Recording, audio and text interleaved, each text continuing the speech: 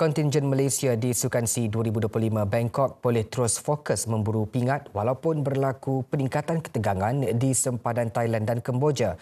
Menteri Luar Datuk Seri Muhammad Hassan menegaskan keselamatan atlet negara terjamin kerana lokasi tamasya terletak jauh dari kawasan berisiko. Walaupun demikian, Wisma Putra telah mengeluarkan nasihat perjalanan kepada rakyat Malaysia di Thailand dan Kemboja. Supaya tidak pergi ke tempat yang wujudnya ketegangan, iaitu di sempadan kedua negara. Cuba elakkan jika tidak ada keperluan. Memang pun tak boleh lagi dah pintu sempadan kedua negara.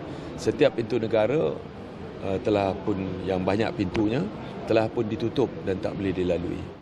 Beliau ditemui pada majlis penyerahan bantuan dan sumbangan peringkat Parlimen Rembau di rantau. Tambahnya, Malaysia akan terus memainkan peranan diplomatik untuk memujuk kedua-dua negara kembali berunding, meredakan ketegangan dan melaksanakan pengisytiharan gencatan senjata kekal. Katanya lagi, jika konflik berterusan, ia berpotensi memberi kesan negatif kepada keselamatan dan kestabilan rantau ASEAN.